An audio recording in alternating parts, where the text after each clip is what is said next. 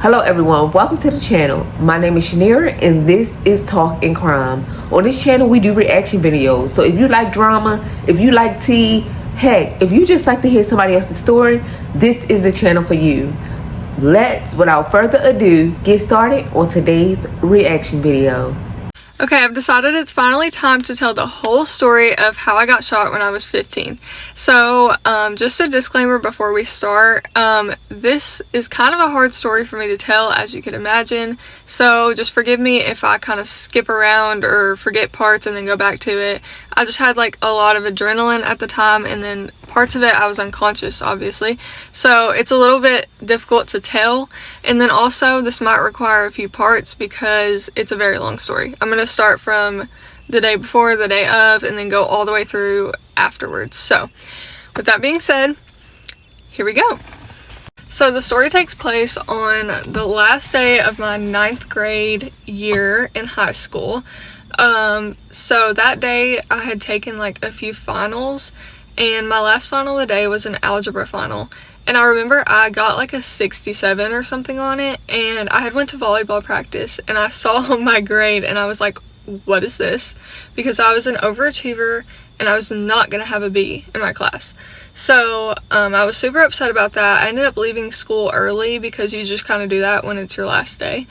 And so it was like my first day of summer, and when I got home, my dad and my stepmom and sorry, my stepsister, we all drove to like a town like an hour away because my dad was getting a new computer.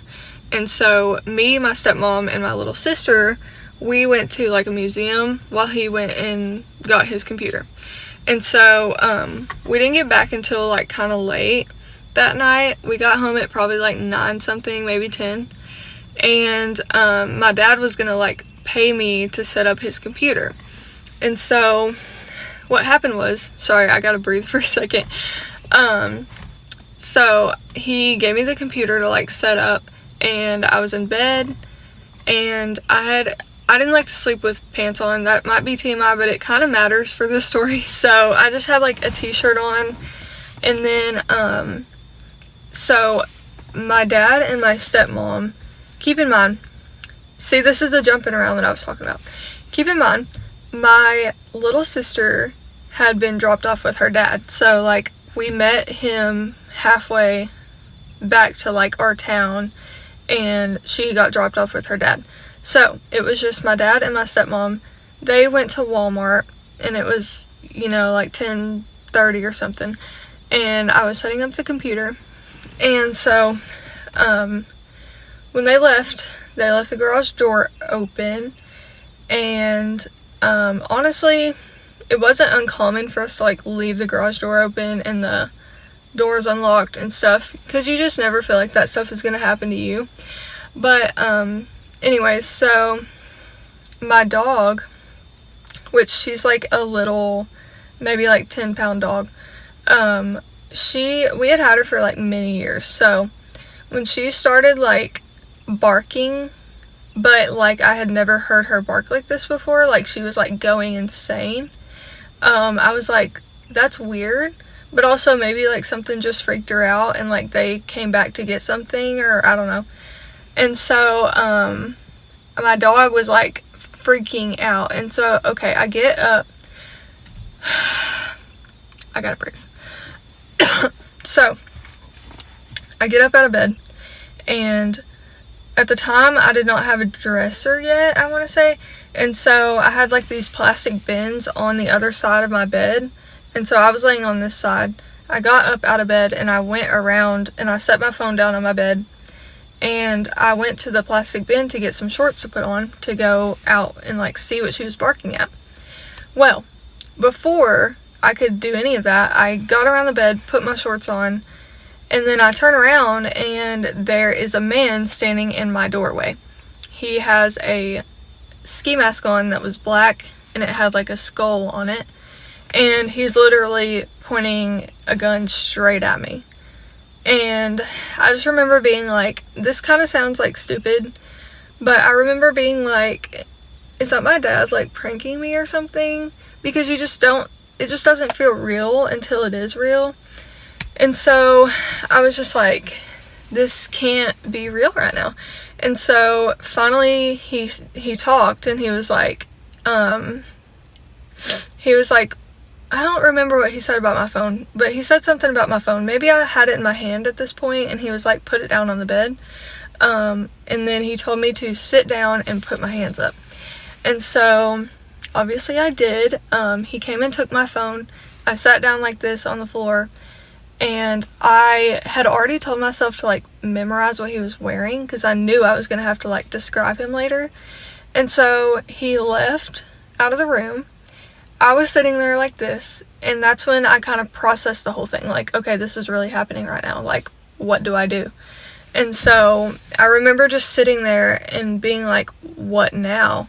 And so I heard we had like a little sliding back door, and I heard him go out there and like out in our backyard from the sliding back door and like shut it. And so I was like, okay, I guess he went outside. And so I did sit there for a while, because, you know, I'm not just going to go, like, chase after him. But finally, I'm like, okay, like, 5 minutes have passed. What am I supposed to do? And so I get up, and my main initiative at this time is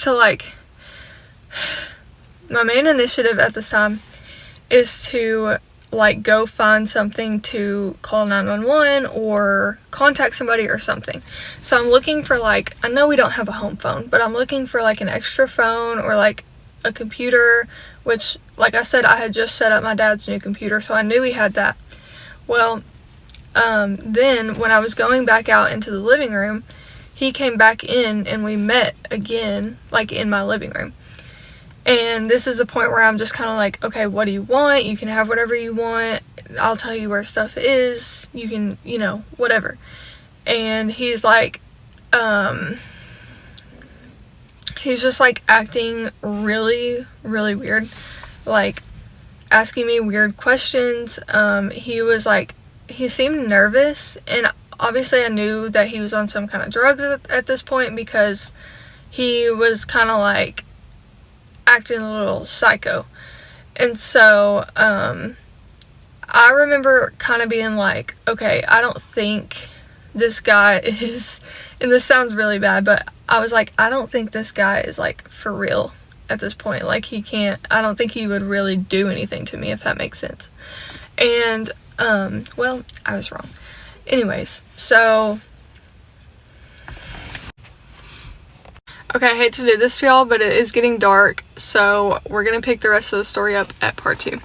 Something like this can be very traumatizing. Like, who would imagine or could imagine at the age of 15 being shot, not knowing if you're going to survive, you there, like, possibly by yourself. Like, this is scary as heck. But let's hear the second part of her story. This is part 2 of how I got shot when I was 15. So I think I failed to mention in the last one, but this is eventually going to lead me into my testimony. That'll probably be like part 3 or 4, depending on how long this takes. Also, I'm sorry it took me so long. I had class and work back to back yesterday, so I had no time. And then also, sorry for my voice. It's 7 a.m. right now. But anyways, so where we left off in the last part was, I think we were face to face in the living room, and he was like acting really weird and kind of acting scared. And this is when I told him, like, I'm 15, please don't do anything to me. You can have whatever you want in the house. And honestly, this is where it kind of gets blurry after this, because I know he was there for longer than that, but I'm not sure if I just kind of like panicked and was just standing or walking around, or like, I don't know what I was doing. But there's kind of a brief period of time where he was just there, like, I don't know. And so after all that, nothing really significant happened during that time. But then I decided to go get on the computer that was in the kitchen. And keep in mind, I know there are so many things I could have done differently that probably would have prevented it in the long run. But let me just say, nobody has any idea what they would do in this situation until they're in it. And also, adrenaline will literally take over your body. Like, you have no clue what you would do. So, with that being said, there's that, and then also, I just feel like everything that happened was God's plan. It was the way God wanted it to work out for me, and I don't regret anything that I did. So, let that be known before I continue. So, I'm on the computer in the kitchen. The way the kitchen is laid out is there is a bar right here. I'm on this side of it. There's the sliding back door on this side of it, so literally right beside each other. And then around here, kind of where I can still see, is a hallway into the garage door. And so he's outside at this point, and he has been outside for a long time, like probably at least 20 minutes. And I remember before this occasion, he was kind of on the phone or something. I think he was like calling people, and I could hear him talking outside. This time I had not heard him in a while, and I like honestly thought he was gone. Why didn't I lock the doors? I don't know. Didn't occur to me, okay? So I have the computer in front of me, and I'm on this side of the bar, and there's the back door. I'm on the computer, like I'm just now opening it, and he comes in the sliding back door. And honestly, before I could register anything, he just shoots me one time. This one hit me right here in the collarbone. And so what I did was, honestly, it's kind of like movies where you don't really register that that just happened until you have like concrete proof. So I heard the noise. It was kind of like delayed. And then I was like, did I just hear a gunshot? Like, it had to all very slowly register in my brain. So I heard the noise, and then finally I touched my collarbone because I guess I felt the pain finally. I touch it and I see the, I don't know if I should say that word on TikTok, but you know what was on it. I looked at my hand, and I think that I passed out one time. So when I got back up, I was on the floor, and I remember just completely realizing that that had just happened, and I just screamed. Like 3 good times, I screamed so loud. It was like probably the worst scream you would ever hear. And after that, there was a while between like the next events occurring, and so I would keep, this is not funny, but it kind of is, I would keep getting up off the floor and like trying to get on the computer that was on the table, and then passing back out. And I think I did that at least 3 times. Like, why didn't I put the computer on the floor? I don't know. But I kept getting up and passing out, getting up, passing out. And so finally, I'm on the floor, and he comes around to the other door. And like I said, the kitchen, both doors are like accessible to the kitchen. And so I'm sitting there, and I turn around and I see him, and he's down the hallway at the garage door now. And this is when I'm like pleading, like, please don't do it again, like, please. And he says, I'm gonna unalive you, and he does it 2 more times. And so these 2 times, one hit me here in the mouth, and then, or through like my mouth, and then one grazed my cheek. And so the one that hit my mouth, that one hit like 3 teeth over here, and obviously now I have like teeth there, but like all these teeth were gone, and that's what like prevented the bullet from just going straight through my face. So after that, I think that he kind of thought like, okay, I did it, like that's all it's gonna take. Keep in mind the bullets were keep in mind the bullets were really, really small. And so with these, I don't know if anybody's familiar with like a 22, but that's what it was. With these bullets, the only thing about them that's so bad is that they will shatter and just scatter everywhere throughout the body.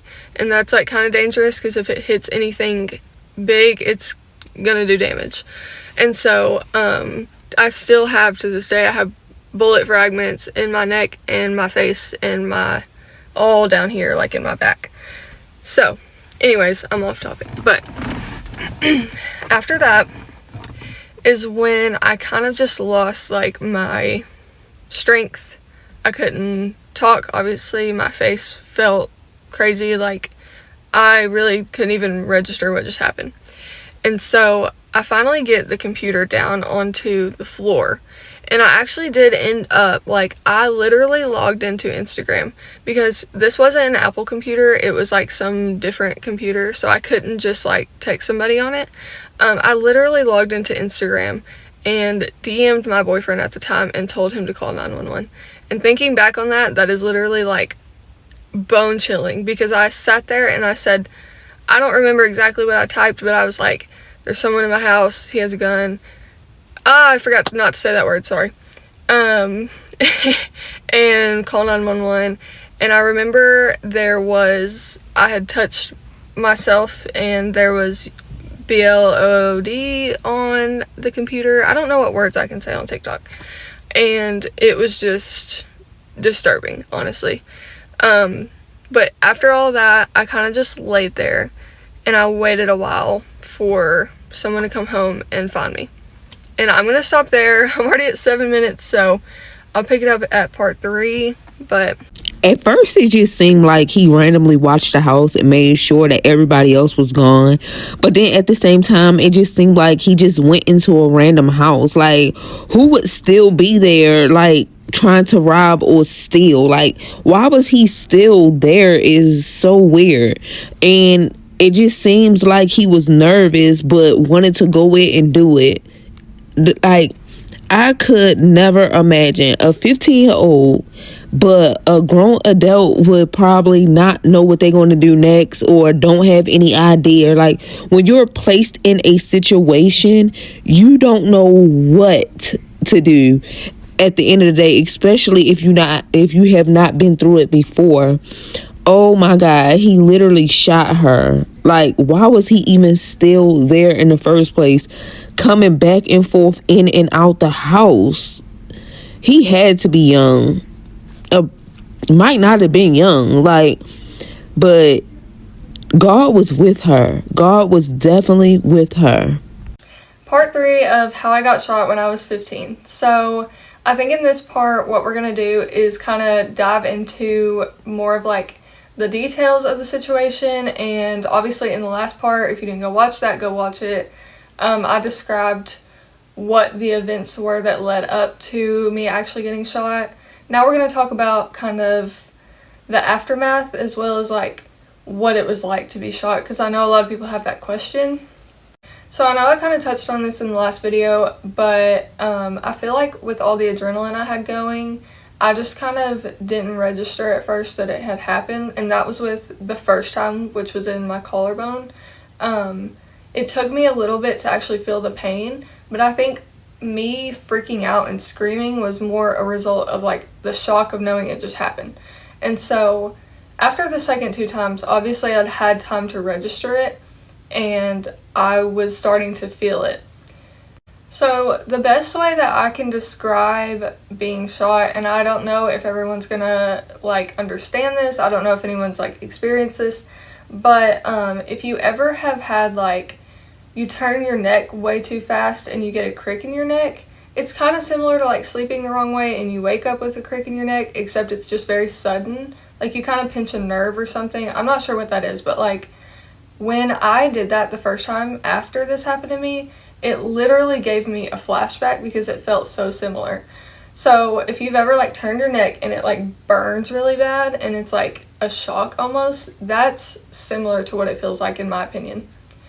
So yeah, sorry I keep stopping it. I'm trying to, like, catch my breath so y'all don't get mad at me. But anyway, so it's just, like, a very intense burning pain. A lot of people describe it as, like, heat. I don't know if y'all are going to understand that. It's kind of hard to explain if you have never been through it yourself, which not a lot of people have. So that's the best way I know to how to describe it. But getting back into, like, where I was at the time, like, my headspace. So I laid on my kitchen floor in the same spot pretty much after the 3 times, and that was it. It was 3 times. He had finally left for good, and so I still remember the exact spot I was laying in, how I was laying, like, what I was doing. This is just very, like, this memory is, like, very clear for me. So basically, I had kind of calmed down, and I don't think I really had a choice, because if I had panicked at that moment, it probably would have been worse for me in the long run. But I just kind of was like, okay, I guess whatever happens now is what's gonna happen. But the weird thing about this, and this is where I get into like my testimony, is I never really had like a feeling of fear during that time. And I will say the only fear that I did have was knowing that in a few minutes, everyone in my life who loved me was about to know that this happened to me. And that's just the type of person I've always been. I never like to cause like a burden, and I know it wasn't my fault, but I just had this like fear of hurting the people around me. But with that being said, I really was never scared. I was never like, I did not have the feeling that some people have of like impending doom, is what they say, when you just kind of know that you're about to leave. I did not have that feeling. I had a feeling of like, I'm gonna be fine. And this is a feeling I felt for a long time. Throughout the whole time I was in the hospital, I felt like this. I wanted to tell everybody and be convincing, because I knew deep down, but I couldn't relay that message that I was going to be fine. I don't know who was telling me that. I had a lot going on in my head, not a lot going on in my body at the time that I was laying on my kitchen floor, but a lot was going on in my head. I don't know who was speaking to me. I don't know if it was God. I don't know if it was an angel. I don't know. But it wasn't me, and it was somebody telling me that I was going to be okay.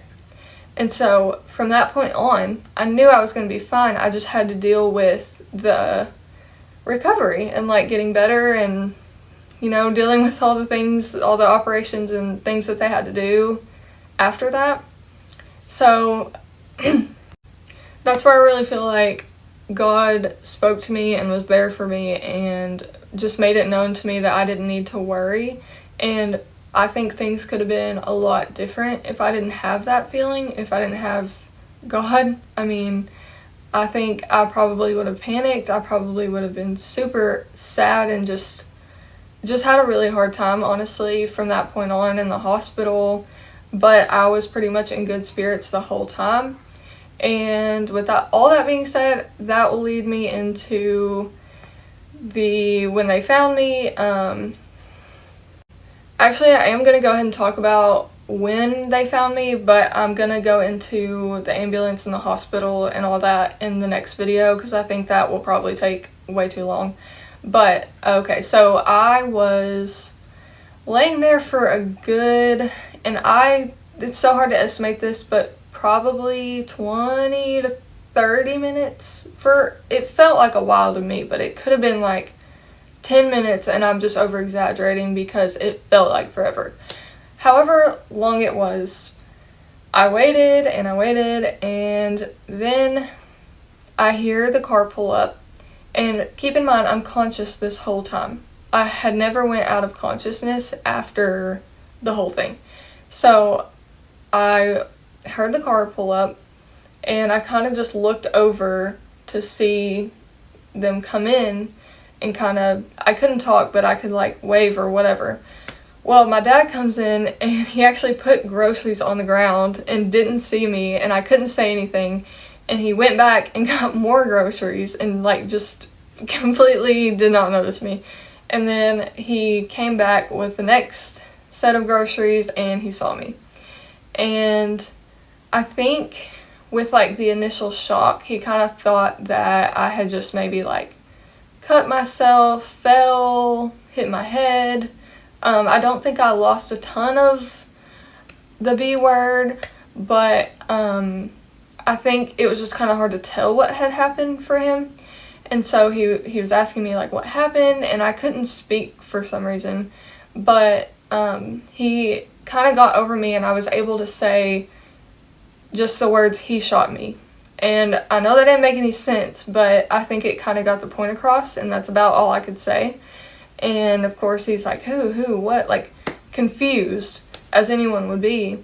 And that's when he told my stepmom to call 911, and then we'll get into the whole rest of the story in part 4. Yeah, I could never imagine. Like, I don't want to get shot. I never been shot. I don't want to ever be in this situation. Unfortunately, people just don't want to do the right thing. Like, what would make somebody want to not only rob somebody, but go into a neighborhood and go into somebody's house that don't belong to them?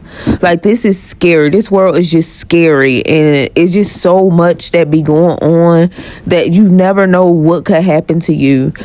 And a lot of times, often, it don't even have to be shot. If something happened to you and you like in this state of mind, like, what? Like, you don't know what you're going to do either. And for her to be 15 and still manage to get herself together and call, you know, like, send a message to her boyfriend for help and all that stuff, like, I commend her. Like, I'm proud of her for even taking those steps and not bleeding out. Part 4 of how I got shot when I was 15. So in the last video, I actually did mention how, like, I was found. I don't know, I think a lot of people missed that because I said I wasn't going to say it, but I ended up saying it. So if you missed that, go back and watch that. But this is where I'm going to start with, like, the ambulance coming to pick me up, going to the hospital, and all that. So, so the ambulance got there pretty fast, thankfully, and they started, like, cutting my clothes off and, like, assessing me, seeing how many times I got shot, where I got shot. They took me out to the ambulance, and we actually sat in my driveway for like 30 minutes, and come to find out it was because they couldn't get me airlifted for some reason. They couldn't get like a helicopter out there. I'm not sure why, but keep in mind the closest trauma hospital to us was like an hour away, so like I really needed to be airlifted, but they did end up taking me by ambulance. So the first few, 30-ish minutes that I was in the ambulance is really all that I remember about the ambulance ride. But in that part was one of the most, like, eventful things I remember from the whole thing. So what happened was they couldn't get an IV on me, and she looked at me and she was like, okay, this is gonna hurt really bad, but we need to do this. And I was like, what could hurt worse than being shot, And so what they did was called an it's an IO, is what they call it. I don't know how many people know what that is, but it stands for like intraosseous infusion. And so what they do is, like, between the bones in my calf, I don't know if it's like a needle or a screw or what, but they drilled it in between my bones.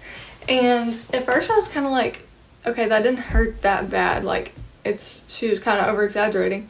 And then they pushed the fluids through it, and it was the worst pain I've ever felt in my life to this day, worse than being shot. And like, that says a lot, obviously, but I mean, that was like, and keep in mind they usually do it on like unconscious people, not, I was fully conscious, so it was terrible.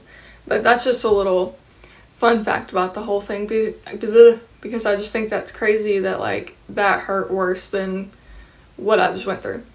So anyway, after that, I think they gave me some pain meds, and so I was like knocked out the whole ride to the hospital. And I remember they would wake me up every few minutes and be like, Mia, are you still with us? And I'd be like, yeah, I'm still here, like, let me go to sleep. I wanted to go to sleep so bad. And apparently there was actually a wreck that happened on the way, not like with us, but with somebody else on the way to the hospital, and it backed up the whole road, and so the ambulance was stuck, and the cops literally had to clear everybody to the side to get me through it. So we had like a full-on delay from a wreck on the way to the hospital. I don't remember any of that, but apparently it happened. And so after that, I don't really remember much, obviously. The next memory I have is honestly just waking up in the hospital. So I'm not exactly sure how much time had passed between me making it to the hospital and then me waking back up, but I know they did multiple surgeries. I think they did one, and then they took me to my room, and then something happened with me and they had to take me back to surgery. And that's when I got put on life support, and I was in an induced coma. And so I'm not sure exactly how long that was. I think probably about 3 days-ish, just because I was in a coma that whole time, so I have no memories of that. But I still remember like the exact moment I woke up in the hospital, and I just looked around, and I think it was like dark, and so I was really confused on what day it was, what time it was, how long I had been there, what I went through. I don't know. I was very confused, and I just remember having like family around me, and they were trying to talk to me, and I realized that I couldn't speak. And that goes back to this scar. This is from my tracheostomy. So that's another thing. When they can't intubate you, which is when they go through your mouth, they couldn't intubate me because my mouth was too swollen, so they had to go through here, and that was like what kept me alive for those few days when I couldn't breathe on my own. But when you have a trach, you can't talk, especially when you're hooked up to like the breathing tube. They did take me off of that, and you're able to like hold on to it and talk. I don't know if y'all have ever seen that on like the cigarette commercials, but that's how it is. And yeah, the whole hospital experience was honestly kind of hard for me. I did have a lot of people around me, a lot of people trying to talk to me, trying to come in and pray for me, which was of course appreciated. I had so many people praying for me, and it meant the world to me. But it was just hard, like trying to recover and rest and having a lot of people there. And let me talk about some of the hardest things with like being in the hospital. So like I said, since I couldn't talk or anything, I ended up getting like a whiteboard, and I would like write what I wanted on there, write what I needed, whatever. Also, when the police came to ask me questions, they would ask me a question, and I had like a little flip phone, and I would type my like answer to them on the phone and then show it to them, because that's the only way they knew how to like ask me questions. And I remember when they were asking me questions, I was so out of it. I had just woken up like maybe the day before in the ICU, and so I was just like, this is crazy right now. Like, I don't even know what I'm typing, honestly. But I think I did a pretty good job at that. I don't know. I don't really remember that much of that. But I also do remember when I walked again for the first time, and that was a crazy experience. After they pulled my NG tube out, which is like the feeding tube, I had no interest in eating. And so I was super weak. I ended up losing like 10 pounds, and I think when I left the hospital I weighed like 95 pounds. Like, it was crazy. But what I will say about the whole hospital experience, as hard as it was, I had the absolute best nurses ever. Nurses, doctors, everybody who was there, they were amazing. And I don't think it would have been the same experience if they weren't. Like, they were so caring and gentle and took their time with me, and I really, really appreciated that. And that is it for part 4. I think I'll do a part 5. Okay, I just fought for my life. But anyway, my throat got really dry. I don't know if I'll do a part 5, but if I do, it'll have more to do with like pictures, scars, more just like details. But yeah, I'm not editing any of these videos because TikTok took my edit button away, so I can't even if I wanted to. But y'all get to see all the embarrassing things that I do. Okay. Answering questions about how I got shot when I was 15. So if you haven't seen the story time, I posted a whole story time before this, and I'm just answering some of the most common questions that I got on the story time. Also, I will probably show y'all some of my scars at the end, and then maybe pictures. I'm not sure about that, but I might show some of the pictures from like the hospital and everything. So here we go. So the most common question I got was, did they catch the guy? They did. It was 2 or 3 days later, and it was after I had given like the physical description of him, and they did catch him. He went to trial a few months later, and I was 16 at the time. I had a lot going on, so I did not want to testify. If I had testified, he probably would have gotten a little longer, but since I didn't, he got 20 years. So The second most common one I got, and this one kind of surprised me, was did my boyfriend at the time call 911? Also, that is not Waylon. This was in 2018 and me and Waylon met in 2019, so this was somebody else. But no, he did not call 911. And I don't really remember ever talking to him about this, but honestly, from my point of view, I think it's just the fact that, like, even if he did see the DM in time, it's like when someone DMs you and says there's somebody in my house, call 911, you're kind of going to be like skeptical of that because, like, what are you talking about? And so I think it was just kind of like he was a little skeptical and like shocked, so he just didn't call 911, which is understandable. Do I have PTSD? I do not have PTSD, and I actually never really did.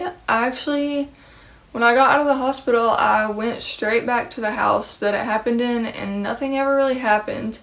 And I think I owe that mainly to God. I just don't think it's possible to stand in the kitchen that literally happened in for the first time since it happened and not have any reaction. And also, I think my coping mechanism is just to forget. I have thankfully memorized a lot of the story, but it's mostly just from like telling it over and over. It's not necessarily from like recalling the events, if that makes sense. So I do forget a lot, and I think that's why I can cope so well. But I never did have like any therapy or anything like that. I just kind of, ever since then, have just had a close relationship with God, and it's given me a lot of comfort, and so I never really needed it. But no hate to anyone who goes to therapy. I actually tried it last year and it just didn't work out very well for me. So next question was, is my fiance, which is Waylon, we all know him and love him, is he protective now? And the answer is yes, very much so. It's not necessarily that he's like worried about me or that we're worried about like me being in danger or anything. It's just I think he would be protective regardless. And then he also would never want anything traumatic like that to happen to me again. So, yes, he's very protective. And then 2 more questions. Is my dog okay? The answer is yes, my dog is fine. She's a little Shih Tzu Poodle mix, and she is 7 or 8 now. I love her. Her name's Harper. And then, can I go through metal detectors? Actually, that's a funny topic because I'm going to the airport in a couple weeks to go to Disney, and I don't know if I'm going to make it through TSA because I have not been on a plane since this happened. So I don't think I've ever set off a metal detector before, but I don't know how sensitive the ones at the airport are, so I think I'm just going to be like, hey, by the way, I have bullet fragments in my body, so don't be alarmed if it goes off. So yeah, I'll let y'all know how that goes. But also, I work in radiology, and I cannot go near the MRI. If anyone knows, it's like a big magnet, and so it would like potentially like pull the pieces of the metal, which would not be good at all. So that's another fun fact about that. So last but not least, I really don't have that many scars that are visible, but this one is the most noticeable, obviously, the one that everyone looks at. But this one's not even from being shot itself, this one's from the tracheostomy. So there's that one right here. Let me turn the thing off. Okay, there is this one right here, that's from the graze. And then the one above my lip right here, you honestly can't really see. I guess technically if losing 3 of your teeth is a scar, then this whole thing is a scar over here, but whatever. And then also, let me see if I can show y'all this one. This one is from my chest tube. I forgot to mention that. I had a chest tube because I had a, I guess I would call it like a hemothorax. I had like a bleed into the lining surrounding my lung. I don't know how well y'all can see that, but they just went in between my ribs, and honestly, the chest tube was so painful. I think y'all can see that scar right there. It's really puffy. The chest tube was so painful. I don't know if anyone's ever had one, but when they would ask me if I wanted like any pain meds, that was the only reason why. Like, it wasn't my broken collarbone, It wasn't my face. It wasn't my mouth. It was that dang chest tube. It hurts so bad. I know some people have seen these pictures already, but here is a picture of me in the hospital. I do not remember this at all. That is my mom. Love her. She was the best when I was in the hospital. But yeah, this, I think my eyes are open in this. I don't know if I guess I was awake, but this is when I was in the ICU. So here is another one. You can see right there above my lip, that is actually where one of the bullets went through. That's as big as the scar ever was. So yeah, and then my face got super, super puffy and swollen, I guess because of, you know, all the trauma to it, but I was like scary for a few days. Here's another picture from when I was a little bit more, you know, with it. I think I had washed my hair at this point and I was able to like go to the bathroom on my own and walk a little bit. So we were on the come up in this picture. Yeah, I had my own little blankie and people would try to feed me like Sonic milkshakes every day and I did not want that at all. But you can also see my scars really good here. That one that grazed, you can see it like goes on my cheek and then down my ear, and I had stitches in my face in this one, and then you can see that little dot above my lip. And then don't judge, I know I look crazy in this picture. I don't think I've showed anyone this picture before, but this is the picture I took to let everyone know that I was alive on my Snapchat. Yeah, embarrassing. And then last but not least, this was a couple weeks later. They did an x-ray of my clavicle and then kind of my chest, and you can see the bullet going down there. You can't tell, but it's kind of towards my back. It's not just like hanging out in my lung or anything, but they did leave that in, so I still have that. Also forgot I had this one. This was a CT of my head that I had a couple years later, and you can see all of the fragments, actually, all the ones in my mouth, and then those little white pieces, and then one in my neck. There's a really big one in my neck somewhere. Still don't know what side that one's on.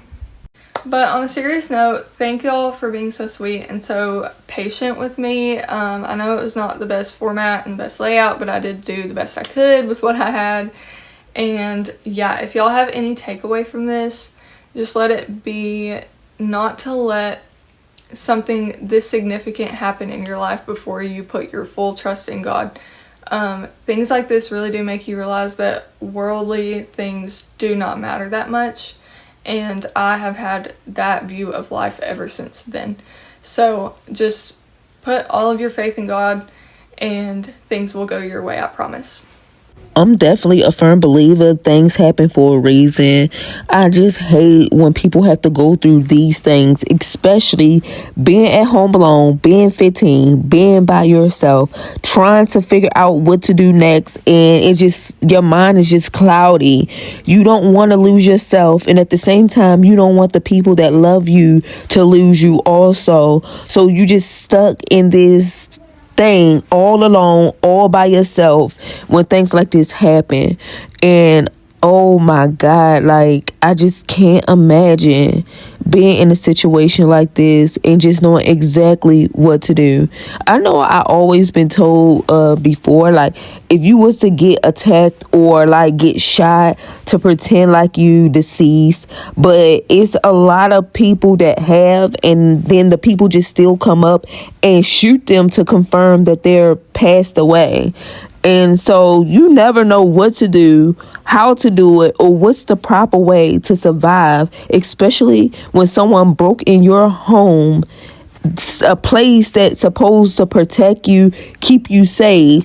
Someone violate that by breaking in it and trying to take your stuff that not only you, but your parents, whoever you live with, worked hard for. It's just so tragic that this happened to her. I'm glad she did survive, and I hate that she experienced this, but at the same time, she's able to tell her story to maybe help out somebody else. You guys, that's why I do reaction videos. I do stories that could relate to other people or could give another person the idea before it happens to them. You guys, Like, comment, share. Tell me what you think about this story. Drop down in the comment section.